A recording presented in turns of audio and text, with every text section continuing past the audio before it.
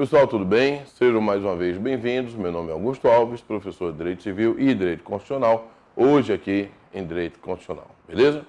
Primeira coisa que a gente tem que dar uma olhadinha é no artigo 92, que são os órgãos do Poder Judiciário. Quais são os órgãos que compõem o Judiciário? Supremo Tribunal Federal, o Conselho Nacional de Justiça, está aqui no inciso 1A, o STJ, Tribunais Regionais Federais, Juízes Federais, Tribunais de Juízo do Trabalho, Eleitorais, Militares e aqui, ó, Tribunais de Juízo dos Estados e do DF Territórios. É exatamente aqui que nós estamos, beleza? Pessoal, visualmente, como é que seria isso? Está aqui. Nós temos o Supremo no topo, os 4 tribunais superiores, STJ, TST, TSE, STM, ok? Primeira instância e segunda instância, e o CNJ ao largo, né, abaixo do STF, mais acima dos outros tribunais. Nós estamos aonde? Tribunal de Justiça, aqui. Né? E aí já começa a primeira dica, atenção, vamos para lá. Nós temos aqui no Brasil um ramo especializado, né? Nós temos a Justiça Federal.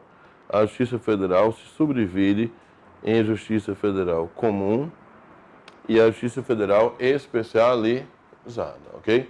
Justiça Federal Especializada, né? Justiça do Trabalho, Justiça Eleitoral, né? E a Justiça Comum. Então, a divisão como é que ficou? Tem as competências do Supremo, no 102, do STJ, no 105. Então, competência de todos os órgãos do Judiciário está especificada na Constituição. E a competência da Justiça Estadual, ela é residual também. Se não for do Supremo, nem do STJ, nem do TRF, nem dos juízes federais e assim sucessivamente, se não for de ninguém, será dos estados. Então, o artigo 125, pessoal, trata da Justiça Estadual.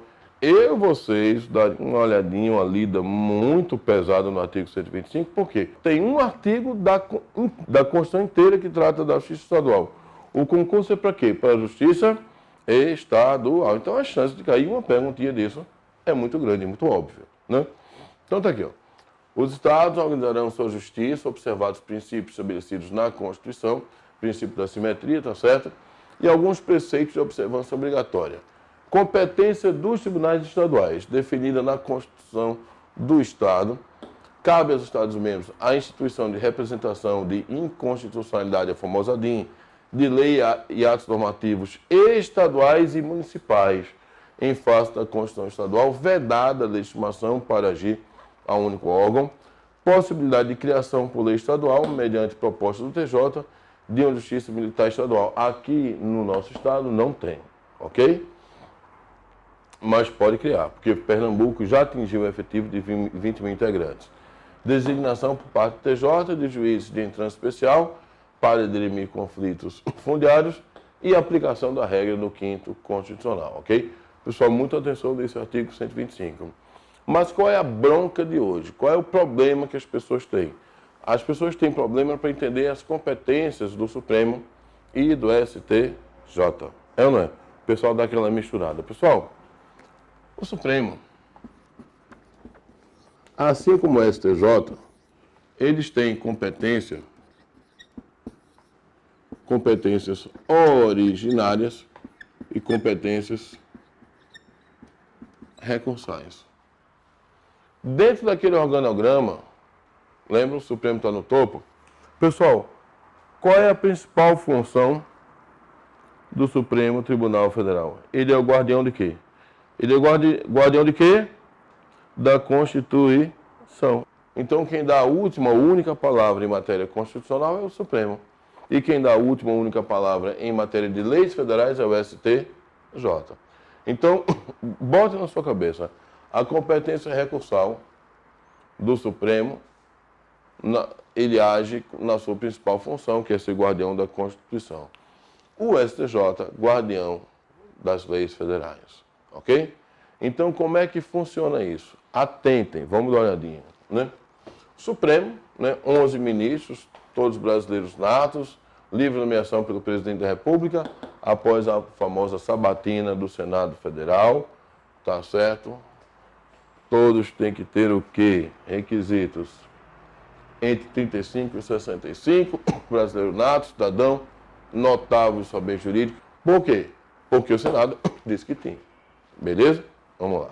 Pessoal, atentem. O Supremo tem uma competência ordinária e recursal. O recurso se subdivide em recurso ordinário e recurso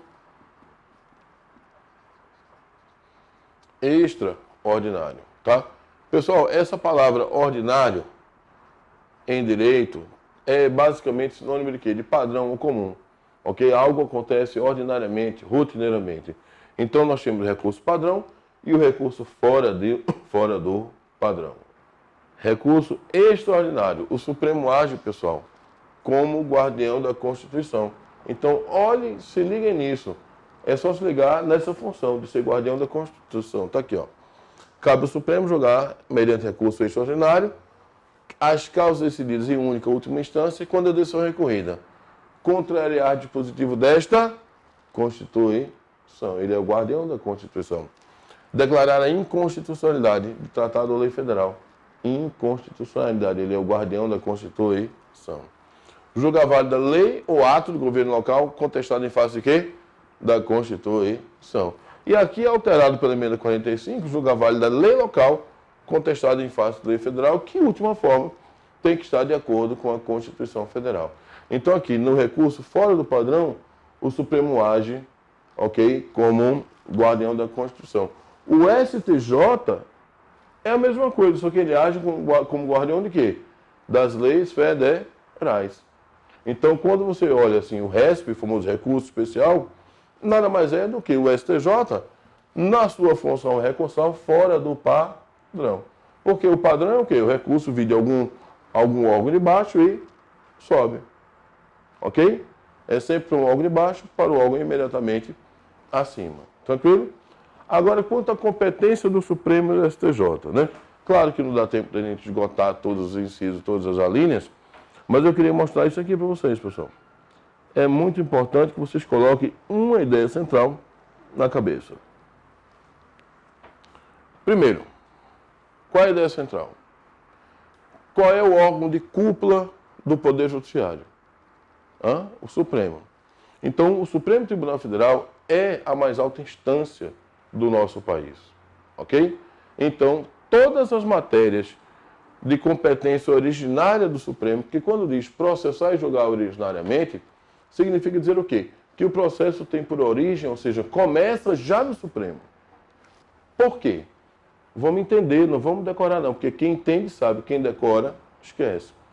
Por que que essas matérias, que esses assuntos, essas situações são levadas diretamente para o Supremo? É pelo fato do Supremo ser mais alta corte. Pessoal, a ideia é uma só. Como o Supremo é a mais alta corte, não cabe nenhuma outra instância do Poder Judiciário. Apenas a mais alta corte do país teria estatura e condição para julgar os mais altos, entre aspas, assuntos do território nacional. Ok? Então, vejam só. A ação direta de inconstitucionalidade na linha A. Então, é o Supremo que diz se a lei é constitucional ou não. As linhas B e C. Se ligue na autoridade, ó. Nas infrações penais comuns, o presidente, o vice, membros do Congresso, os próprios ministros e o PGR. Então, vejam, são as mais altas autoridades dos outros dois poderes sendo julgadas pela mais alta corte do Poder Judiciário. Aí, quando, entre aspas, cai a autoridade, cai o órgão julgador. Então, por exemplo, quem julga o presidente, Supremo. Quem julga o governador, STJ. Eles vão complementando. E o prefeito, a depender da matéria, o próprio TJ.